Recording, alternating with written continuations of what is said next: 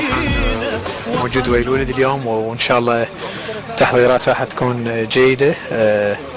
ان شاء الله نقدم مستوى جيد يليق بالكره العراقيه، وان شاء الله نفرح الجمهور.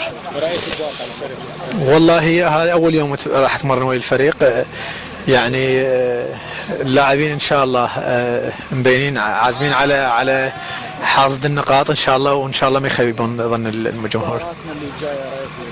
وراح تكون مباراة صعبة، بس ان شاء الله ماكو شيء صعب، بعزيمة اللاعبين والمدربين ان شاء الله انه تكون مباراة سهلة ان شاء الله. والله دعوة انه اعتز بيها، وان شاء الله ما خيب ظن الجمهور وظن الكابتن ان شاء الله، وهاي فرصة اي لاعب يتمنى انه يكون من ضمن تشكيلة المنتخب كأس العالم. والله بسم الله الرحمن الرحيم. يعني مثل ما تعرف يعني الحمد لله وشكر تحضيرات جيدة.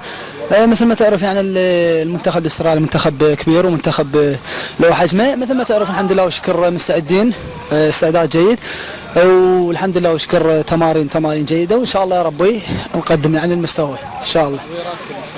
والله تحضيراتنا الحمد لله وشكر قلت له ان شاء الله.